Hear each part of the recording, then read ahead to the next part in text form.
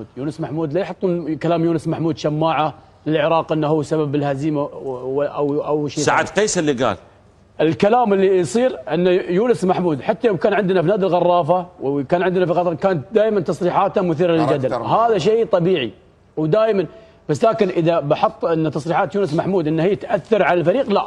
اليوم المنتخب العراقي يتهرب سعد قال هذا الكلام. اي المنتخب العراقي، لا خليني اكمل لك الكلام عشان يتهرب الكلام حاله سوء العراق. مدرب المنتخب العراقي رايه سعد رايه الكلام مدرب المنتخب العراقي ولاعيبه المنتخب العراقي. اليوم انتم لا اديتوا لا فنيا ولا مستوى ولا روح ولا قتال ولا سويتوا اي شيء في مباراه اليوم، رغم ان عندكم افضل لعيبه او افضل 26 لاعب محترف وكلهم اغلبيتهم يلعبون في اوروبا.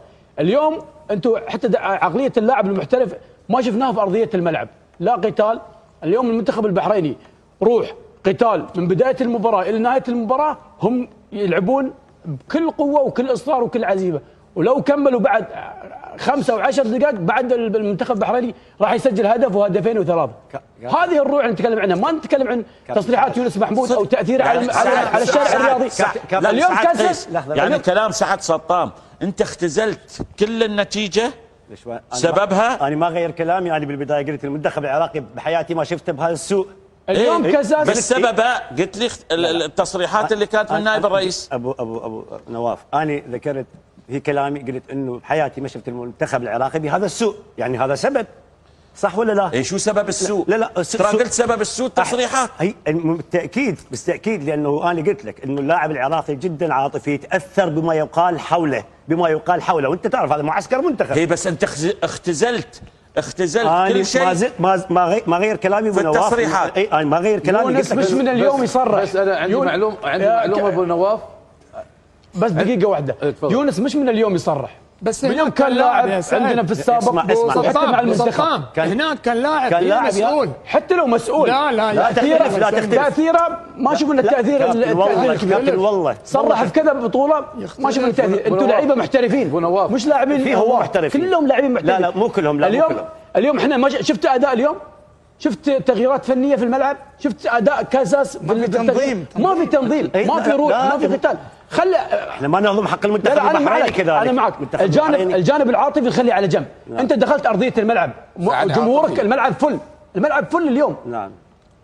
ما في روح، ما في واحد، ما في التحامات، ما في جمله تكتيكيه، ما شفنا ولا شيء من المنتخب العراقي، رغم المنتخب العراقي منتخب مرشح للبطوله. نعم. كل العالم يتكلمون ان المنتخب العراقي كابتن سعد، المنتخب العراقي مرشح للبطوله، المفروض على الاقل ادائك الفني اليوم تكون عالي. كابتن سعد ابسط الحلول. كابتن سعد كل المنتخب البحريني اليوم نرفع له القبعه على الامانه، الاداء والنتيجه وروح وقتال، وشفنا اليوم مستوى افضل فريق حاليا فنيا في المستوى وحتى في النتائج المنتخب البحريني. كابتن ومبارك لهم بالفوز. باكر بلعبه اساسي. هو دائما لان هو يعتمد ابو نواف على اللاعب حسين علي اساسي يلعب بالدوري الهولندي، ما التحق مع المنتخب العراقي بسبب الدوري في اوروبا، لذلك مصطفى سعدون هو بديل حسين. وسبق وان وقع في اخطاء كبيره مصطفى، فالشارع الرياضي ما يحبه صراحه. المصطفى ما يحبون انه هو يلعب، لكنه هو اليوم مجبر انه يلعب، ما عنده بديل اخر، الاساسي ما موجود فيلعب. واشار الى انه في المباراه القادمه اخطا خطا واحد فقط، فقال انه انا راح العبه المباراه الماضيه تقصد؟ المباراه الماضيه عفوا. قال راح العبه هو و10 لاعبين اخرين، يعني لازم العبه. بس سعد هذا صح انه يقول ان الشارع الرياضي ما يبي اللاعب وراح لا هو لا انا دا اقول عفوا. لا هو قال الشارع ينتقده. بمعنى ليش انت تدخل اللاعب ان الشارع ينتقدك؟ ترى هذا لازم تقولها كمدرب. لا بالضبط هو تحدث على امور خبره غير كافيه، تحدث على امور كثيره، تحدث على انه نظام البطوله صعوبة الاستشفاء بسرعة، الأيام متقاربة، يعني تحدث على أمور كثيرة، تحدث على أنه المنتخب اليوم فنيا جاهز، بدنيا جاهز، وكذلك هو يحترم المنتخب البحريني. يبي يدخل وياك بس تعبان يبي يرقد. تعتقد الكلام اللي قاله عادل قمة المنطق؟ هل المدرب كسياسة عنده خبرة كافية في هذا الطرح؟ يعني مفترض أنه يكون واقعي ومنطقي اكثر. اليوم انت مدرب ما تحط اذنك عند الشارع، اكبر واخطر. ترى هو يخاطب صحفيين فيقول لهم انتم الشارع اللي تنتقدون. يعقوب اليوم انت رياض سؤالك مفهوم فلا يبي يقول لك يعني لا تلف وتدور. لكن هي الشيء الغريب اليوم الشيء الغريب اللي بالبطوله هي اليوم هاي فلسفه التصريحات صراحه. يعني ابو فيصل تكلم عنها، فانت ما تقدر تلوم مدرب شو يصرح وشو يقول وشنو. لا انا لا مدرب يطالع شارع، لا يسمع شارع، مدرب يسمع شارع من نحطه ونشيل يطالع يعني هذا بينام صح. المهم فهو مقتنع بهاي المجموعه اللي نزلها. هو هذا مدرب، هو قراره، هو رايه، احنا ما نقدر نتدخل. خلاص احنا نشوف المباراه. قناعات مدرب اللي عنده فيها اختلاف كبير في الشارع، وخاصه الاجراءات اللي يسويها واستبدال لاعبين وشيل وحط، ولا في استقرار الفريق. هذا فكر المدرب، كل المدربين عندهم افكار. لا كل المدربين عندهم افكار الاستقرار في كره القدم هذا الشيء عند المدربين كلهم. هذا الشيء لا بالضبط هذا الشيء. بس هو عنده ما تقدر انت بس عنده نتائج ايجابيه بالضبط. انت ما تقدر انت شو يعني نتائج ممتازه. انت حاسب على النتائج. رياض انت مدرب يقود الفريق بيغير في كل مباراه 11 لاعب ويجيب 11 لاعب ويفوز. اوكي، بس في نهايه اليوم انت جايب المدرب تحاسبه على نتائجه. شو سوى؟ اي بس انت النتائج، خلنا النتائج، انت شوف شكل شوف كيف خلى النتائج. شوف اي النتائج يعني جايب مدرب. ما عليك، بسالك سؤال اليوم انت اسالك سؤال ممكن. انت رئيس اتحاد اوكي، جبت حمد الدبيخي مدرب. لا ما اشتغل معه. ما اشتغل معه. خلاص جبت حمد الدبيخي. لا ما ابغاه. مستشار. جبت طلال مدرب وياك. طلال يا اخي جبته ولا مباراه فاز، ثابت على التشكيله ومختار افضل لعيبه، بس ولا مباراه فاز، ويقدم مستوى زين خلال سنه. وجبت مدرب علي مسري كل يوم يحط لك يغير، يجلب لك في التشكيله من مباراه لمباراه، بس كل المباريات فايز فيها. يعتمد. جاوب على سؤالي. اي بجاوبك. انا ما سالتك بعد شو بتجاوب. شنو افضل بالنسبه لك؟ لا في تقييمك يعتمد على المنافسين عشان اقيم المدرب. نفس المنافسين. نفس المنافسين. عبد الله حقق لك بطوله تقول لي المنافسين. يا اخي جاوب على سؤالي. انت ما راح يجاوب عشان اعرف انت رئيس اتحاد فاشل ولا ناجح. لا انا ما ابحث فقط عن نتيجه. الله اكبر. قمة الفشل.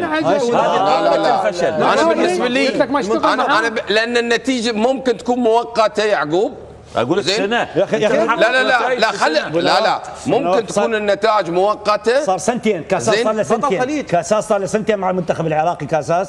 اسمعني يا كابتن صار سنتين. ايوه لما جات البطوله القاريه البطوله الاهم طلعت. اي بطوله تعرف كيف ثاني ما بنعيد. يعقوب ما رياض نعرف كيف رياض رجاء لا تعيد، لانه لما راح نعيد بالموضوع. انا بالنسبه لي انا بالنسبه لي تقييم البطولات ترى تقييم يعني بطوله خليج، بطوله قاريه، تصفيات كاس العالم مختلفه. تصفيات كاس العالم رياض مسوي نتائج زينه وليس اداء زين. اسمعني رياض اسمعني، هاليوم نتائجه زينه، صار له سنتين مع الفريق، نتائجه كل زينه، انت تيجي تقول لي الاداء. اسمعني انت رجل ممكن تخسر اذا كان عندك اداء سيء. خلينا نكمل. رياض انت مش مؤمن بالنتائج صح؟ ما مؤمن بالنتائج. انا اؤمن بالنتائج والاداء. خلاص اؤمن بالنتائج والاداء. لو من يوم قلت لك انا ممكن النتائج. لا تشتغل وياه. انا من يوم لا يا ريال يقول لك انا ما مؤمن بالنتائج. ما في سنه. كابتن رياض قال لك نواف سنه، انت تقول مؤقت صح؟ مؤقت قول لا مؤقت. بطوله غرب اسيا، بطوله خليج، سنه يعني فيها تصفيات كاس. استقرار الاسماء.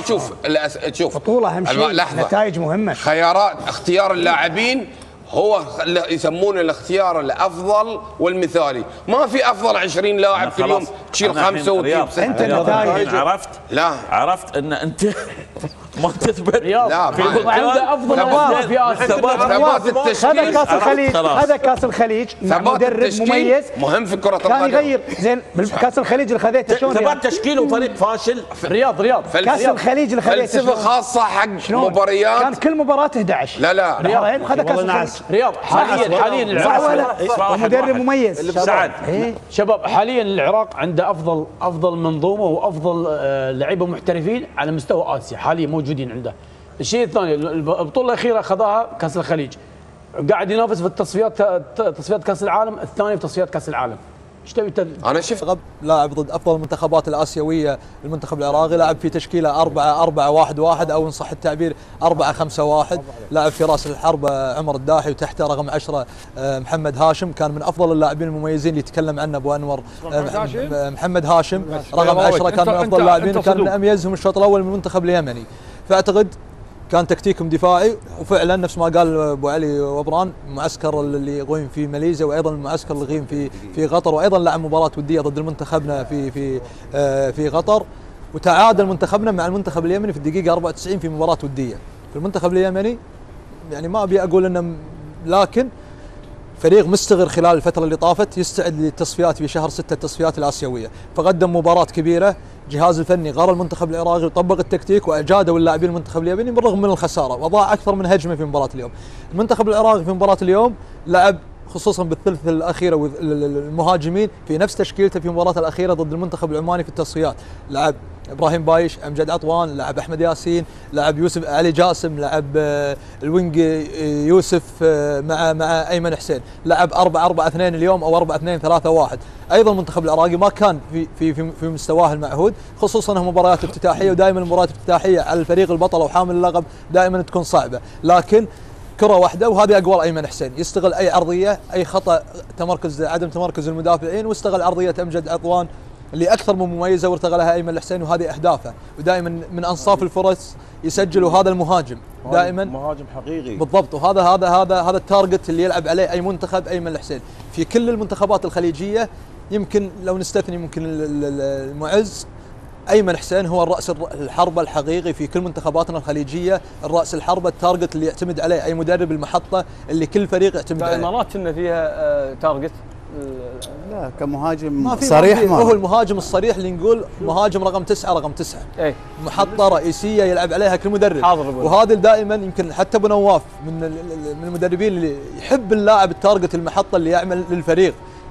في اغلب الفترات اللي دربنا فيها محمد ابراهيم سواء بنادي الكويت او منتخب الكويت يحب هذه المحطه، فكثير من المدربين يحتاج نوعيه لاعب نفس ايمن حسين اللي يحجز الكره، يحضن الكره بالكرات العاليه، يحضر الربعه بالكره الثانيه يكون موجود، ودائما ايضا النقطه الرئيسيه من انصاف الفرص يسجل لك.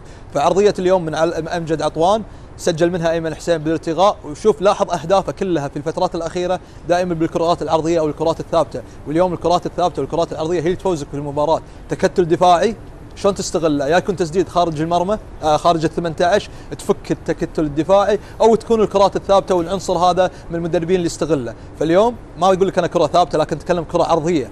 فاليوم فك التكتل الدفاعي في منتخب اليمني بعرضيه وسجل منها.